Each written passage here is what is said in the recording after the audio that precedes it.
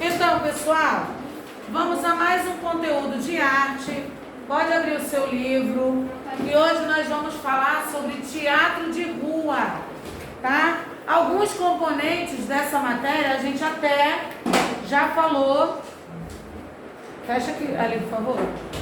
Alguns componentes dessa matéria a gente já falou, né? Em algumas outras aulas, como o teatro, algumas manifestações de teatro que a gente conhece na rua. Então, alguns itens vocês já conhecem. Então, é só prestar atenção o que é uma coisa nova. Inicialmente, em diversas partes do mundo, o teatro se tornou uma forma de expressão sagrada, onde a encenação era utilizada em rituais para entidades, deuses, cerimônias que celebrassem fases da natureza. E lógico, como todo mundo já sabe, surgiu aonde? Na Grécia. Na Grécia, né? Na Grécia Antiga, onde ele se desenvolveu, numa concepção mais próxima do que a gente tem hoje. Então, quando em cada colheita de uva era realizada festas dedicadas àquele deus da festa e do vinho, que era o deus Dionísio, o deus grego do teatro também, com cantos, danças e encenações dos deuses. Então, a palavra teatro, ela tem origem grega e ela significa lugar onde se vê. Teatro é um lugar onde você vai lá para ver alguma coisa. Então, isso é o significado da palavra teatro.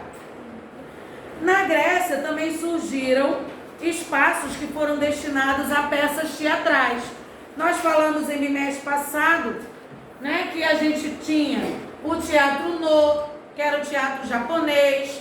Nós tínhamos o teatro grego, que era aquele a céu aberto, e o teatro italiano, que era aquele fechado, que é mais do jeito que acontece hoje nas salas de teatro que a gente está acostumado a ver.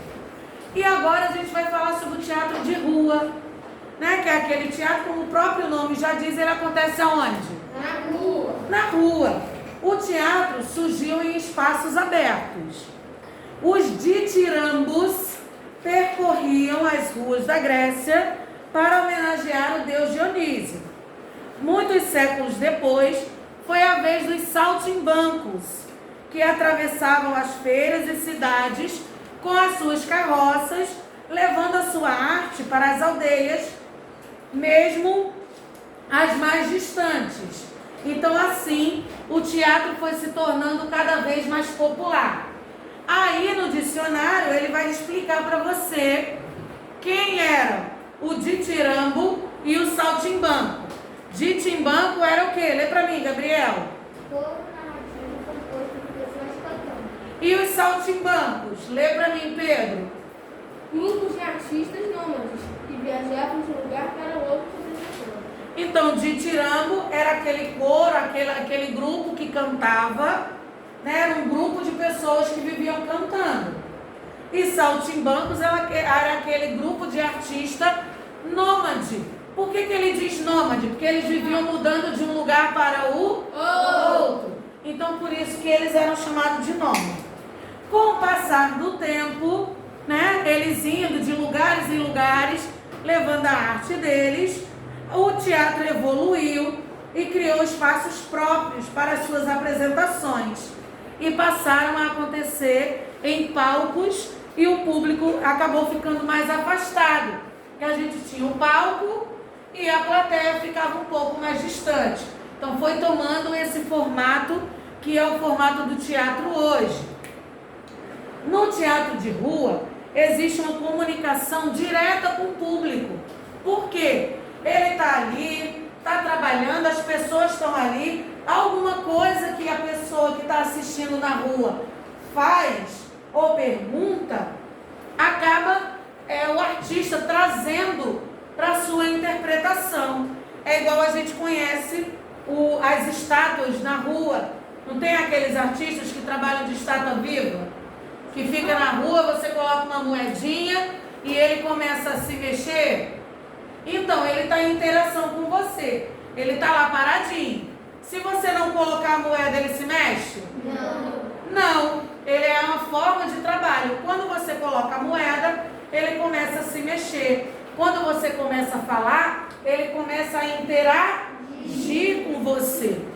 Então, o teatro de rua tem esse padrão, né? Onde existe essa comunicação direta com o público que está assistindo. O artista não está mais acima no palco, né? Ele está aqui, ó, de igual para igual, interagindo com a pessoa que está assistindo, que a gente chama de espectador, né? E esta forma de teatro também contribui para a relação do cidadão com a cidade, porque quando o espetáculo é assistido numa praça ou em alguma rua, a gente está usufruindo do espaço público e do convívio urbano. E aí a gente chega àquela mais famosa forma de teatro que existia, antiga, que ia de lugares em lugares levando a sua arte, que é a comédia dell'arte.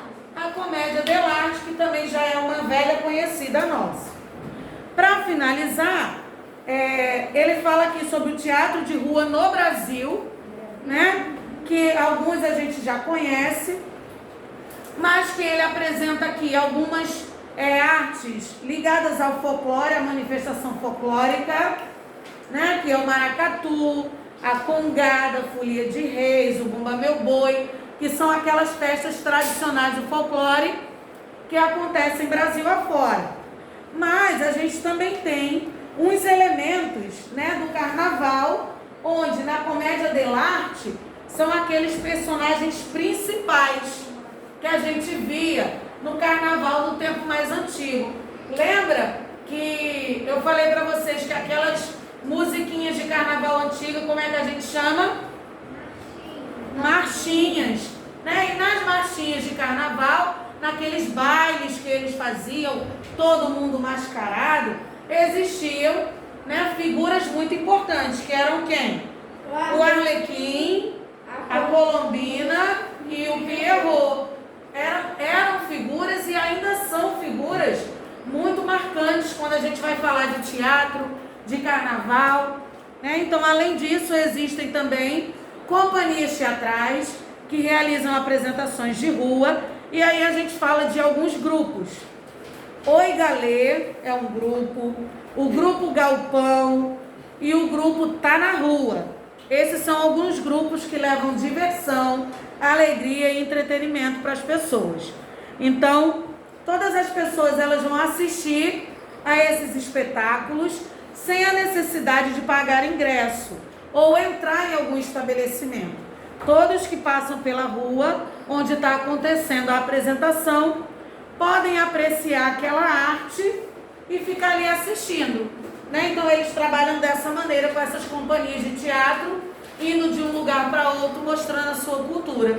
Então essa é a matéria que está encerrando o nosso conteúdo de arte do terceiro bimestre. A partir de agora nós vamos trabalhar com revisões para reforçar tudo que a gente aprendeu desde o início do bimestre. A arte da imaginação, os ritmos e percussão, né? E a sustentabilidade criativa e também o teatro de rua. Então, esses são os conteúdos, a matéria que a gente vai trabalhar agora no nosso caderno com revisão para poder estudar e ficar bem, ó, nota 10 para tirar 10 na prova, tá? Então, não esqueça de fazer a sua atividade.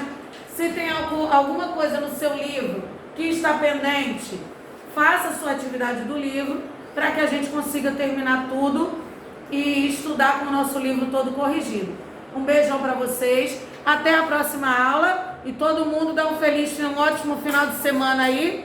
Manda aí um tchau pro pessoal. Tchau!